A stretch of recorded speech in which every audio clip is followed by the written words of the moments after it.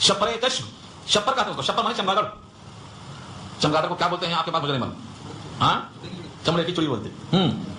یہ دن میں آنکھ تو اس کو ہے مگر رات میں دکھتا. دن میں دیکھنے گیا تو سورج کی تیزی سے آنکھیں نہیں کھول سکتا. تو کسی غلطی ہے؟ سورج کی غلطی ہے؟ سورج کی غلطی نہیں ہے. ہاں سورج تو برابر آن بان سے نکلا ہوا ہے، اس کی آنکھ کمزور ہے، اس کو دیکھنے کے لائق نہیں ہے. اللہ تعالیٰ بھی بڑی آن بان سے جلوہ افروز ہیں، ہر چیز میں یہاں ہے، ہر چیز میں آیا ہے، خورشید میں نہ آئے پر ذرے میں سمائے. من گنجم در زمین و آسمان لیک گنجم در ذل مسلم زمان. مسلم کے دل میں ہے اللہ لیکن نظر نہیں آتی. کیوں؟ ہماری آنکھوں میں قصور ہے، ہماری آنکھوں میں کمزوری ہے. یہ کلام اللہ مخلوق نہیں ہے، اللہ کی صفت ہے اور صفت موصوف سے جدا نہیں ہوتی. اب یہ کلام آپ کے سینے میں اگر آ گیا ہے تو یہ کلام اللہ کی صفت ہے، تو آپ کے دل میں اللہ آئے کہ نہیں آئے؟ صفت موصوف سے جدا نہیں ہوتی.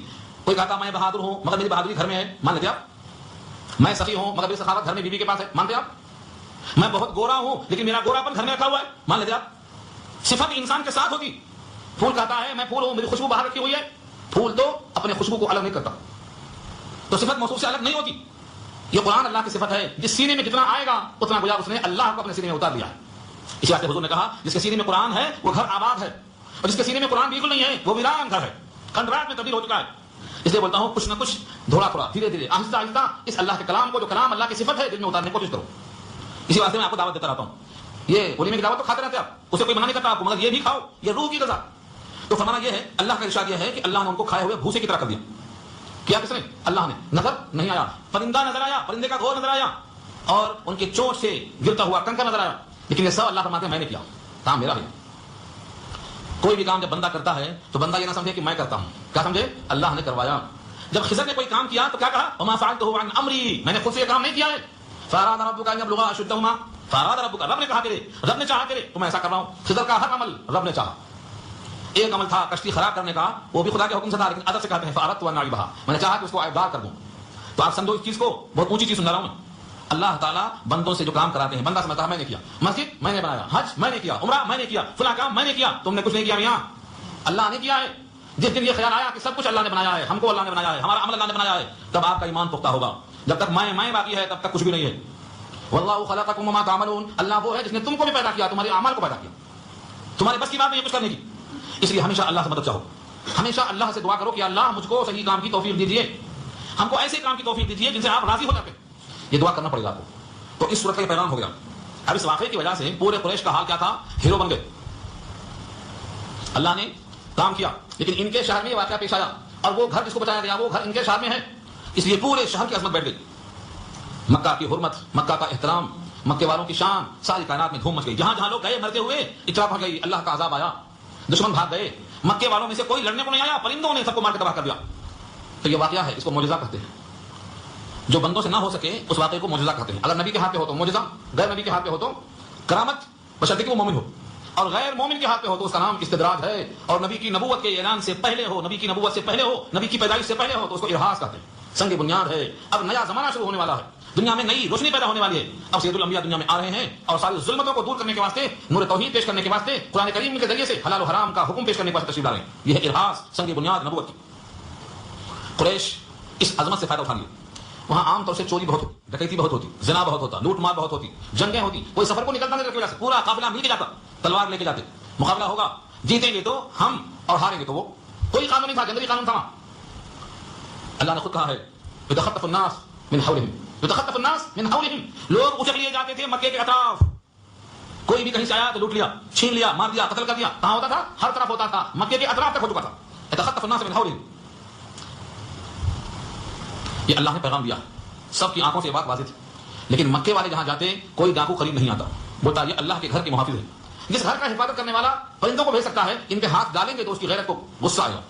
اسی واسطے قریش کو اللہ نے منتخب کیا. حضور نے فرمایا ہے ساری دنیا کے انسانوں میں اللہ نے قریش کو، بلکہ یوں فرمایا ساری دنیا کے انسانوں میں عرب کو منتخب کیا ہے، اور عربوں میں بنی کنانہ کو منتخب کیا ہے، اور کنانہ میں بنی ہاشم کو منتخب کیا ہے، اور بنی ہاشم میں قریش کو منتخب کیا ہے، اور قریش میں مجھ کو منتخب کیا ہے. یہ انتخاب در انتخاب ہے. اب آپ مجتبی اور مصطفیٰ ہیں. اس لیے وہاں کے رہنے والوں کی عظمت کرو. حکم دیا کہ قریش کو مقدم رکھو، قیادت ان کی ذمہ رکھو. جب تک قریش قائد ہوگا تمہارے لیے خیر و برکت ہوگی. تو قریش نے اس کا فائدہ اٹھایا. اب بڑے آرام سے سفر کرتے، ایک سفر کرتے سردی میں اور ایک گرمی میں. ملک یمن بہت گرم ملک ہے، وہاں سردی میں جاتے. اور ملک شام سرد میں علاقہ ہے تو وہاں گرمی میں جاتے. دو سفر کرتے، خوب کماتے، خوب لاتے، مالدار ہو گئے. اس کے بعد دعا کیا تو اب طائف سے قریب 2 مقام ہے، وہاں پر اللہ نے سبزہ کر دیا. اب نہ شام جانا پڑتا ہے نہ ملک یمن جانا پڑتا ہے, بلکہ طائف سے قریب اتنا سبزہ ہو گیا ہے کہ وہاں کے پھل, وہاں کی سبزیاں, ترکاریاں طائف سے بہت قریب ہے. مکے سے چند میل کا فاصلہ ہے, اسی لائن پر وہاں کے پورے فروٹس مکے میں ہمیشہ موجود رہتے ہیں. یہ اللہ نے قریش کے واسطے انتظام کیا ہے. اب لفظوں کو دیکھیے. لإیلاف قریش, قریش کے مانوس ہونے کی وجہ سے. قریش خاندان کا نام ہے, اور ایلاف کے معنی مانوس ہونا. کس سے؟ جیسے ہم آج مانوس ہو گئے کماویلی سے, آتے جاتے عادت ہو گئی. کیا بولتے ہیں اس کو؟ مانوس ہونا بولتے. ہل مل جانا, مانوس ہونا, عادی ہو جانا. پہلے کماویلی بہت دور معلوم ہوتا تھا, اب لگتا ہے گئے اور آئے, قریب ہو گیا. یہ اس کو مانوس کرنا بولتے. قرآن کریم میں لفظ مانوس اور جگہوں میں بھی استعمال ہوا ہے. وہاں لفظ سورہ ہے فسرہن الیک, جہاں اللہ سے ابراہیم نے دعا کی تھی کہ مردوں کو زندہ کیسے کریں گے, تو آپ نے کہا 4 پرندے پکڑ لو, ان کو پہلے مانوس کر لو تاکہ تم ان کو پہچان سکو. تو انہیں قیمہ کر دو, پہاڑوں پہ رکھ دو, آواز دو تو مرغا آ جائے گا, کبوتر آ جائے گا. تو وہاں مانوس کرا, پہچاننا, ہل مل جانا, واقف ہو جانا. تو لإیلاف قریش, قریش کے مانوس ہونے کی وجہ سے. یہ لام ضروری ہے, یہ ریزن بیان کرتا ہے, وجہ. قریش کے مانوس ہونے کی وجہ سے. ایلافہم, ان کا مانوس ہونا, یہ اس کا مصدر ہے. کس چیز سے؟ رحلہ, سفر. الشتاء, سردی یعنی جاڑا. والصیف, اور گرمی. سردی اور گرمی کے سفر سے مانوس ہو جانا. کس کا؟ قریش کا. کیسا مانوس ہو گئے؟ خطرہ ہی نہیں, کوئی ڈاکو نہیں, کوئی چور نہیں, کوئی اچکا نہیں, کوئی قریب آنے کو تیار نہیں, ہمت نہیں کسی کے ہاتھ ڈالنے کی. کیا یہ تو مقدس لوگ ہیں, مقدس ہستیاں ہیں. یہ تو بیت اللہ کے نگہبان ہیں. رحلۃ الشتاء, سفر سردی کا, والصیف, اور گرمی کا, جاڑے اور گرمی کے سفر سے خوبر ہو گئے. یہ سفر سے مانوس ہو گئے. کس کی برکت ہے؟ اس گھر کی. کون سے گھر کی؟ جو اللہ کا گھر ہے, بیت اللہ الحرام. اس گھر کی عظمت کی بنا پر ان کی عظمت دلوں میں بیٹھ گئی, سفر آسان ہو گیا, اور مال کی فراوانی ہو گئی, خوشحالی آ گئی. تو جس گھر کے وجہ سے ان کی عظمت بحال ہوئی ہے, خوشحالی آئی ہے, اس گھر کے رب کا حکم ان کو ماننا چاہیے بطور شکر کے. یہ خانہ کعبہ کی عظمت اور اس سے فائدہ جن لوگوں نے اٹھایا ہے, ان کو حکم ہوتا ہے کہ اس گھر کے رب کی عبادت کریں. عبادت کے معنی اس سے پہلے بحث میں آ چکا ہے, صرف سجدہ نہیں.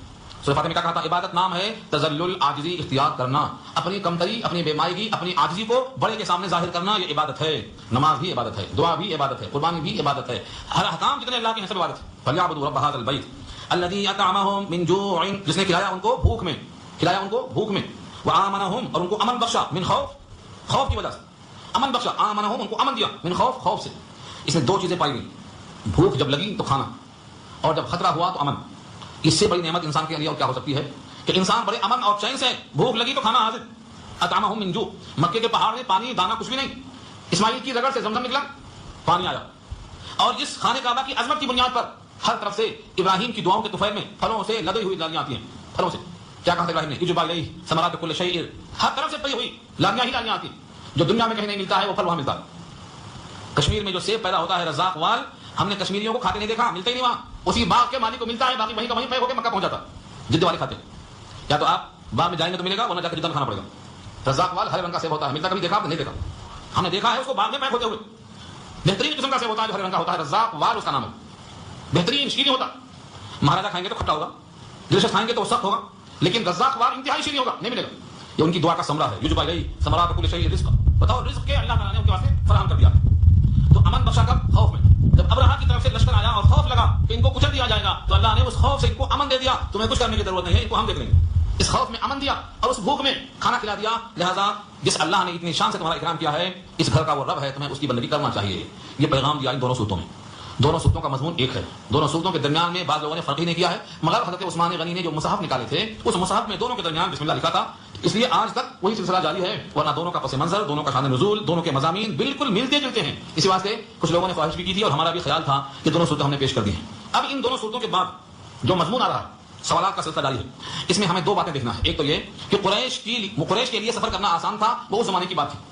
اب تو سفر کرنا سب کے لیے آسان ہو گیا ہے, سفر میں امن ہو گیا ہے, اور بیت اللہ کے رب کی عبادت کرنا اللہ نے موقوف کیا تھا, اس گھر کی وجہ سے ان کو عظمت ملی تھی.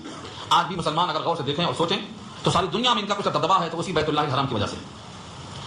کہا گھر میں کچھ کام ایسے ہیں کرنے کے, گھر میں کر لو, سنتیں گھر میں پڑھ لو, اور فرض نماز جماعت سے پڑھ لو, اور جمعہ کی نماز جامع مسجد میں پڑھ لو, اور عیدین کی نماز پورے شہر کے اکٹھا ہو کے پڑھ لو, اور عرفات کے میدان میں سارے عالم کے لوگ جمع ہو جاؤ. آج بھی اس بیت اللہ کو اللہ نے ذریعہ بنایا ہے دلوں پر عظمت چھا جانے کا. کتنے لوگ ہیں جو بیت اللہ میں طواف کرنے والوں کو دیکھتے ہیں, اور ان کی وجہ سے لوگوں پر ایک ہیبت تاری ہو جاتی ہے کہ ان کا یہ منبع ہے, منبع اتحاد ہے. اسی واسطے بیت اللہ کے ساتھ طواف, عرفات میں قیام, عرفات کا قیام خود حج ہے, کیونکہ وہ اجتماعیت کی شکل ہے جس کی بنیاد پر معلوم ہوتا ہے کہ سب کا ایک ہی مقصد ہے کہ اس گھر کے رب کو راضی کرنے کے واسطے لبیک کہتے ہوئے آئیں, اللہ میں حاضر ہوں. تو حاجیوں کو اور عمرہ کرنے والوں کو اور ان کے طفیل میں مسلمانوں کی جو عظمت شان ہے, آج بھی اس گھر سے وابستہ ہے, اور اس گھر سے وابستگی اس وقت رہے گی جب تک قیامت نہ آ جائے.